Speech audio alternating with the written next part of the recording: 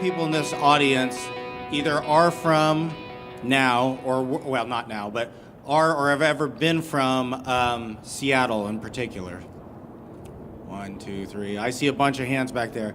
I owe you all an apology. See, until this last weekend, I had this attitude towards people in Seattle. I just figured you people just don't listen. You don't. And I just thought it was a Northwest thing or whatever else, but then I got to go to my first Seattle Seahawks game on Sunday, and I realized it's not that you don't listen, it's after you go to one of those games, you can never hear anything again. So I apologize.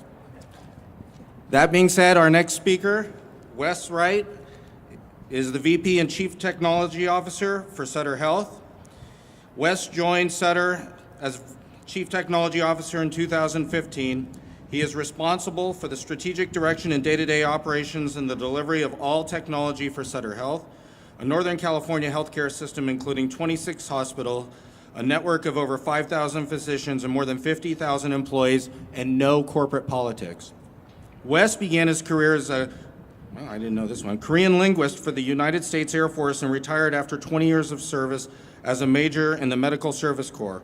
During this military tenure, his role included Executive Officer for the Air Force Surgeon General, Region Chief Information Officer for the Pacific Air Forces, and a CIO and CTO for David Grant Medical Center, the second largest medical center in the U.S. Air Force. Serving his country, thank you very much, in these roles shaped his leadership principles and guides his decisions to the day. Prior to joining Sutter, Wes served as CIO of Seattle Children's Hospital Research Institute and Foundation in Washington. Before his time in Seattle, which now I understand a little better, Wes served as the CIO IT COO for Scripps Health in San Diego, California. More importantly, we've been on a what we might call digital disruption journey with Wes and Sutter and his entire team, and I'm excited to introduce him today, Wes Wright.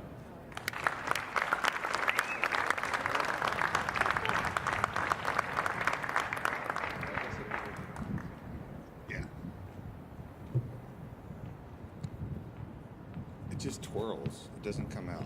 Oh, look at there. Nothing bad happened, Mike. I feel after after Kurt, I got a Phil roamer that works for me. After Kurt did his presentation, I just kind of feel that it's better if I just do it from down here, because you guys can see me still, right? This is my first time giving this presentation, so if you have any comments, let me know. So digital transformation, it's all the rage. I did not know we'd have so many orange people walking around in shirts that have digital transformation. So a little bit about Sutter Health. I'll let you read this slide while I tell you a little bit about myself. And Kurt, I have to warn you, this is the third time I've done a presentation at ETE. 2 years ago, I followed Mark Templeton. Last year, I followed Klaus, both of who have left the company since then. So Kurt, just giving you a little warning. The quote, let's clean up the quote there, Mike. So I had a CIO that I've worked with in two or three different locations. When we were at Scripps Health, during a board meeting, he said, look, you guys went to sleep thinking you're a healthcare company, and you woke up and realized that you're an IT company that does healthcare. Personally, I thought I would a shoo-in for the CIO job right then. But he survived that, and I was still the CTO. So, every presentation I give, this slide is a part of it. It seems particularly poignant this weekend, since we have the LA Rams and the Seattle Seahawks playing. Can we get a go Hawks? C. There we go. Every presentation I've done, I've put that slide in there, and inevitably we get a Hawks coming out of it. So on to... That wasn't nice, whoever said that. So on to digital disruption. I tried to, being from California, Sacramento, I tried to think of an earthquake analogy for digital disruption, and it just does not work. Instead, we've got a hurricane analogy for digital disruption. The closer you are to the center, everything is being pulled into the center. Everything is going to be digitally disrupted. The next slide will tell you why. I'm particularly, of course, concerned about the healthcare arena. I'm still out on the outer bands. You'll notice a lot of bands have been pulled closer and closer to the eye. And why is that? Because we're changing so quickly. This is one of my favorite slides. In 2005, we had Pope Benedict, what are that, inaugurated? What is that called? Some Catholics help me out here. Ordained. What? Ordained. Ordained. There we go. And then in 2013, look at what happens. That's only 8 years, folks. It's only 8 years between that and this. Healthcare, and again, my focus is on healthcare, it's an anachronism. We have closed data systems. I'm trying to keep this out of the wind. We lack the interoperability that everything else has. And most importantly, and I think what's going to be our Achilles heel, I'm trying to move around here. What's going to be our Achilles heel is, unlike every other industry, our industry is based around the supplier, not around the customer. And that's what healthcare has to do, is shift our focus from around us to around the consumer. We'll see if we can do it. And we have to do it, because not only is there a digital disruption, there's a demographic disruption. This is one of the slides that has impacted me the most in the last month, I say. Look at how the millennials, the Gen X's, and whatever we're going to call the people who are before the millennials. Do we have a name for them yet? Anybody know? Huh?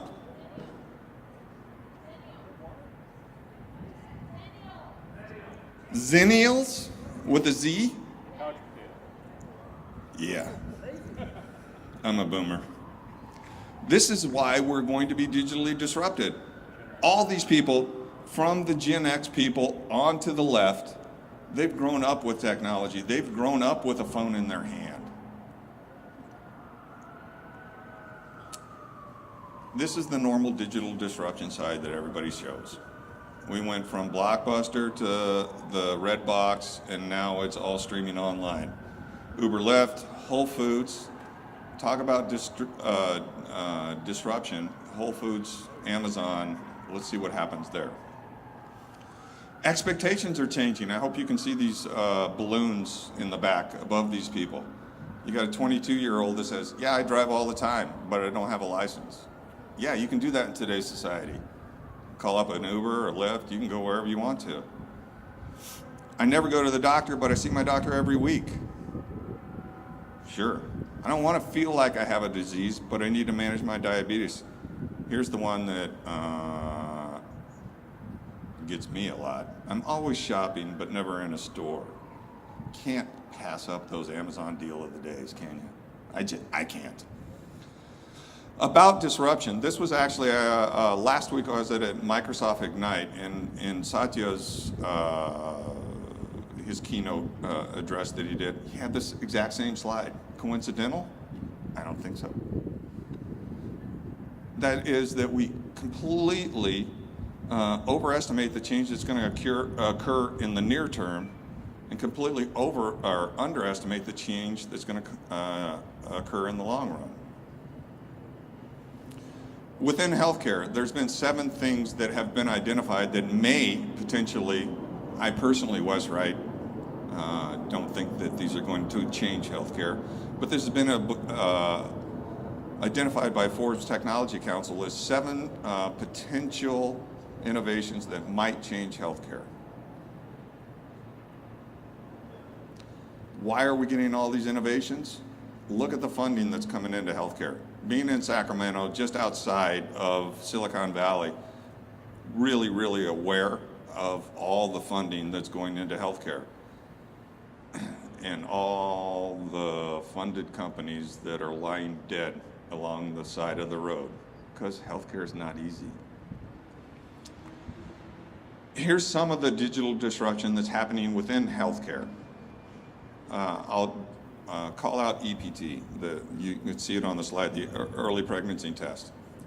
So you do the early pregnancy test. If you buy the digital version and you get it all signed up the way you need to get it signed up, when you take the test, it fires off digitally something to the EPT people.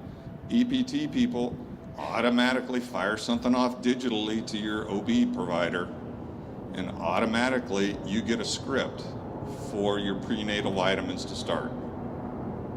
That eliminates, in the healthcare industry, that eliminates at minimum one appointment for us. One appointment is $180. Do that for every time everybody does a pregnancy test. All of a sudden, our industry has changed. It used to be, in two different respects here, build it and they will come. That used to be a naughty saying. In healthcare, it was used to define hospitals. We need to build a hospital here. If we build a hospital, we'll fill the beds.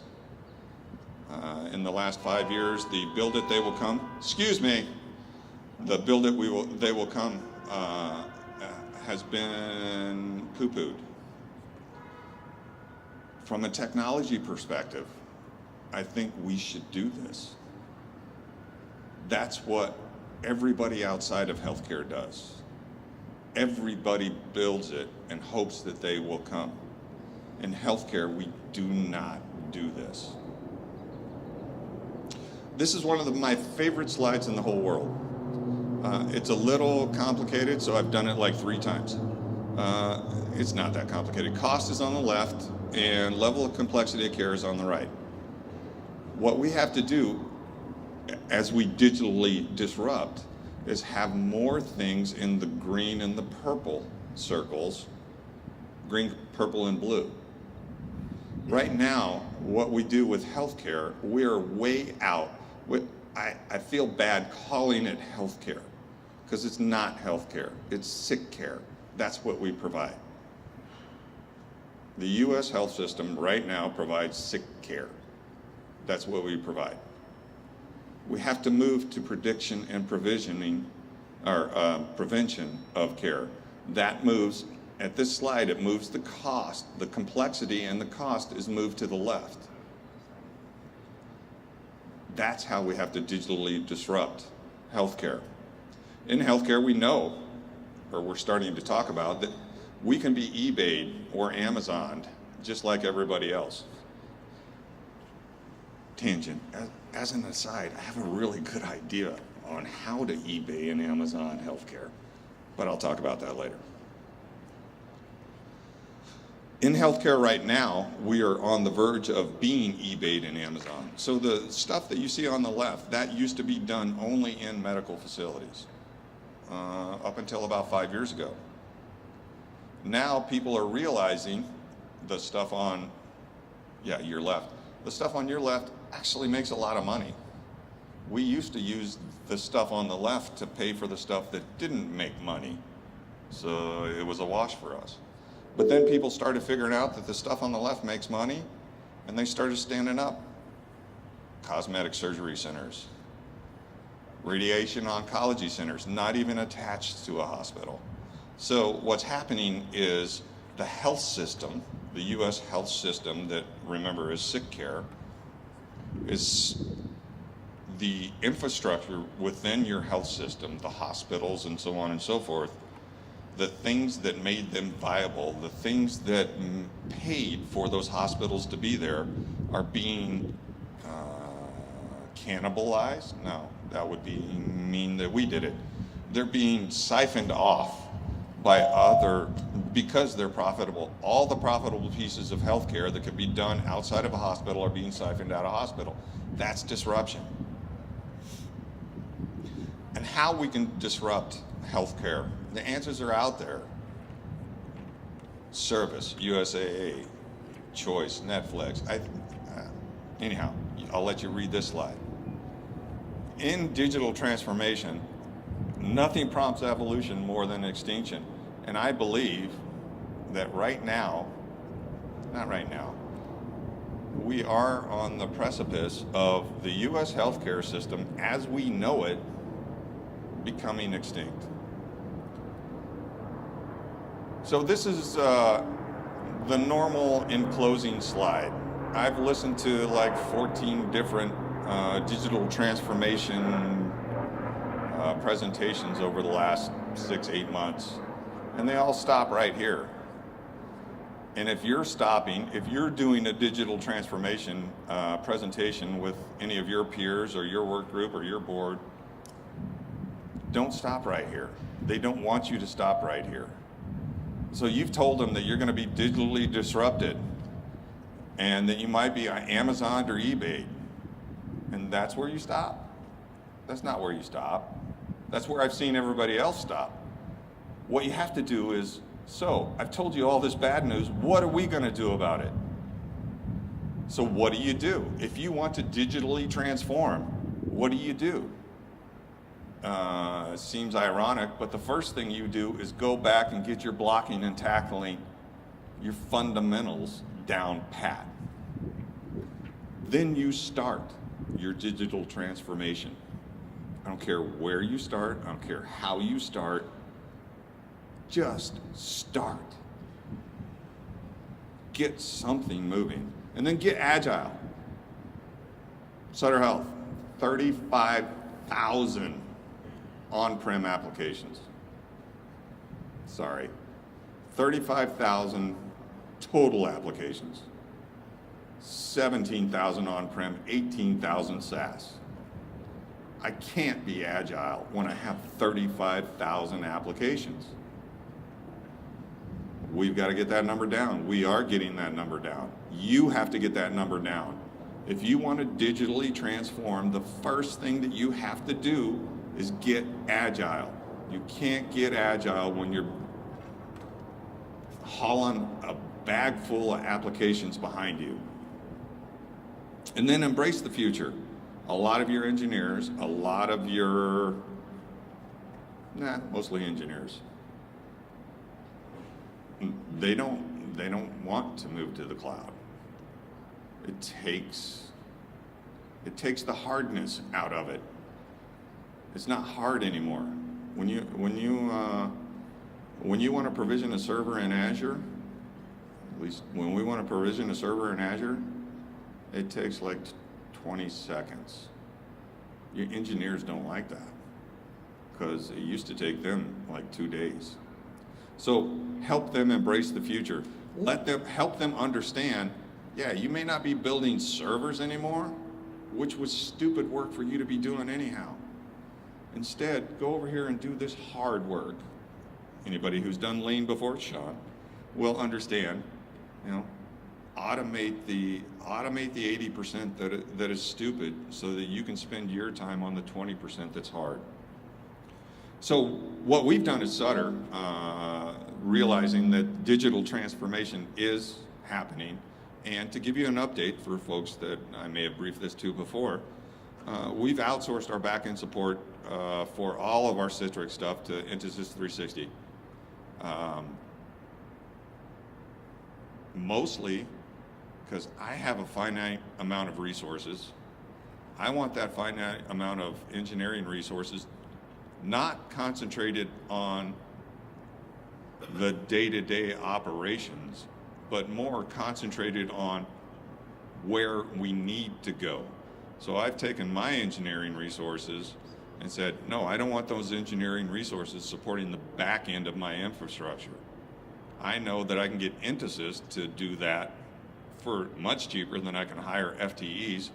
I'll let them support the back end of the infrastructure and let my engineers start thinking about innovation. I'm a big proponent of PCs suck. So I have virtualized, over the last year, we virtualized 11 of our hospitals. I still got another 17 to go that will get done this year. Virtualization, virtualize everything you can. With virtualization comes agility. Move to the cloud. Healthcare has been recalcitrant about moving to the cloud. No more. At least at Sutter Health, no more. Some of my peers still have some false pride that they do security better than Microsoft does. Very false pride, by the way. We started our journey to the cloud about a year and a half ago. We moved everybody to Office 365. Everybody, meaning 70,000 clinical and business partners, in a quarter. Just because we had to. We were that far behind. It's taken us a year and a half to move all of our 70,000 clinical and business partners to Exchange Online and get all of their archives and stuff up in the cloud. What's that do for me? My feet are no longer stuck in the mud. Now, instead of controlling devices and machines, I'm controlling users, I'm controlling software. Get agile in order to survive the digital transformation. And embrace the future. A part of the way that you can embrace the future is stop working on the stuff from the past. Win 10 Creators Edition is out this month. I've stopped all engineering on anything but Win 10 Creators Edition. Leave that stuff behind.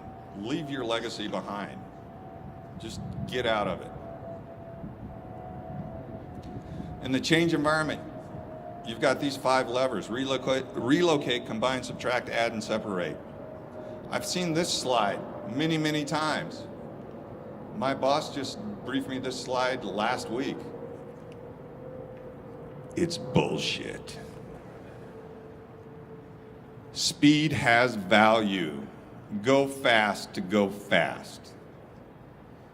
This is this is my favorite slide. Up on the top, that's regular IT. Down on the bottom, that's new IT.